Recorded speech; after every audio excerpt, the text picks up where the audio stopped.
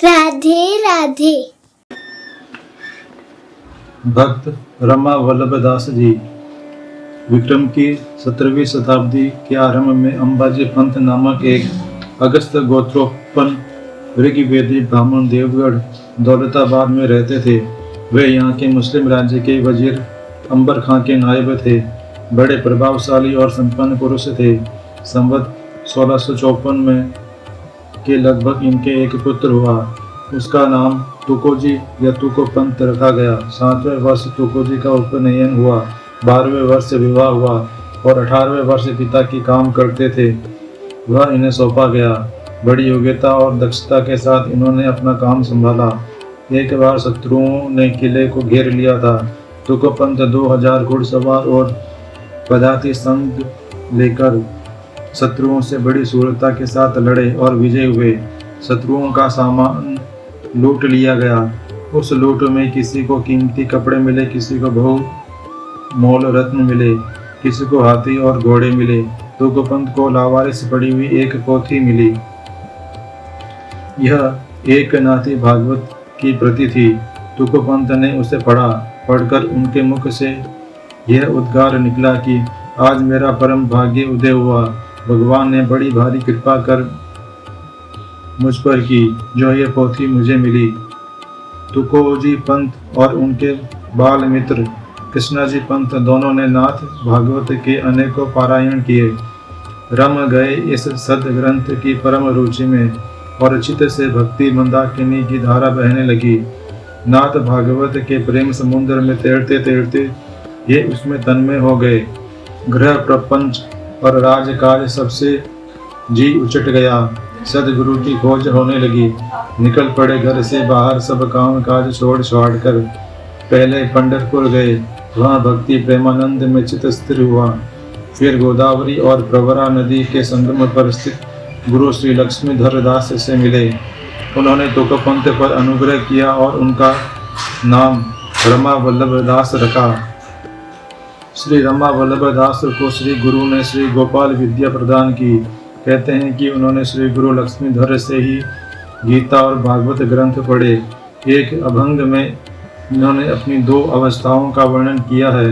एक गुरु प्राप्ति के पूर्व की बद्ध और मुमुक्षु अवस्था और दूसरी गुरु प्राप्ति के बाद की मुक्तावस्था। मूल में पहुंचकर देखा मेरे कोई माँ बाप नहीं, संतों ने मुझे पाला, उन्हीं का मन कोमल है। पहले मेरा अगस्त्य गोत्र था, अब मेरा व्यापक गोत्र है। पहले मैं ऋग्वेदी था, अब भागवती हूँ। नाम घोष मेरा आचार है और भगवत गीता ही मेरा विचार है। पहले त्रिकाल संध्या करता था, अब तो सर्वकाल प्रेम की संध्या में ही रहता हूँ। पहले मैं मत भेदी था, अब मेरा मत अभेदी है। पहले अलौकिक वाणी बोलता था, अब अलौकिक बोलता हूँ। पहले लौकिक वाणी बोलता था, अब अलौकिक बोलता हूँ। पहले मैं सम्मान लिया करता था, अब सबको सम्मान दिया करता हूँ। पहले चतुराई मुझे अच्छी लगती थी, अब भोलापन अच्छा लगता है। पहले मुक्ति के लिए छटपटाता था, अब भक्ति में बह जाता हूँ। पहले हरि तारक थे, अब उन्होंने मुझे तारक बना दिया। पहले मैं परतंत्र था, अब मैं सर्वथा स्वतंत्र हूँ।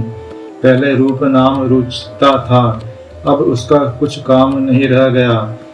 गुरु गृहित होने के पश्चात रमा वल्लभ दास पंचवटी गए। वहाँ उन्हें गोपाल गोस्वामी मिले। कुछ काल पश्चात उनके बाल मित्र कृष्णाजी पंत भी आ गए। ये तीनों गोदावरी तीर पर कई वर्षों तक विहार करते रहे। इसी समय श्री रमा वल्लभ दास ने दर्शक निर्धार नामक एक ग्रंथ लिखकर श्री कृष्ण लीला का वर्णन किया। इसके पश्चात रमा वल्लभ दास वाई क्षेत्र में गए। वहाँ नरसिंह अप्पा, गोविंद बाकड़ा, राघव दास, उमा वल्लभ दास आदि कई भक्त मिले। इस भक्त मंडली में रहते हुए रमा वल्लभ दास जी ने श्री शंकराचार्य की वाक्य वृत्ति पर एक मराठी टीका लिखी। इसके पश्चात श्री रमा वल्लभ दास अपने शिष्यों, मित्रों और घर वालों, धर्म पत्नी और 4 पुत्रों के साथ दक्षिण कर्नाटक गए। रमा वल्लभ दास जी के कई मठ कर्नाटक प्रांत में हैं। और वहाँ उनकी शिक्षा दीक्षा अभी तक प्रचलित है। श्री कृष्ण जयंती व्रतोत्सव भजन नामक पुस्तक में श्री रमावल्लभ दास द्वारा निर्धारित श्री कृष्ण जन्मोत्सव पद्धति दी हुई है। उसमें उनके अनेक भजन भी हैं। इस जन्म व्रतोत्सव और वाक्य वृत्ति की प्राकृतिक टीका और दर्शक निर्धार नामक श्री कृष्ण जन्म अध्याय के अतिरिक्त इनके 2 ग्रंथ और हैं। एक श्रीमद् भगवद गीता की चमत्कारी टीका और दूसरी गुरुवल्ली गीता की यह चमत्कारी टीका संवत 1684 में लिखी गई। यह टीका बड़ी सरस, सुसंगत और सुबोध है। इसमें पहले 9वें अध्याय से 18वें अध्याय तक और फिर पहले अध्याय से 8वें अध्याय तक की टीका है। दूसरी बात यह है कि प्रत्येक अध्याय में जितने विषय आए हैं उतने वर्ग इन्होंने प्रत्येक अध्याय में कायम किए हैं। उदाहरणार्थ 9वें अध्याय में 13 वर्ग हैं।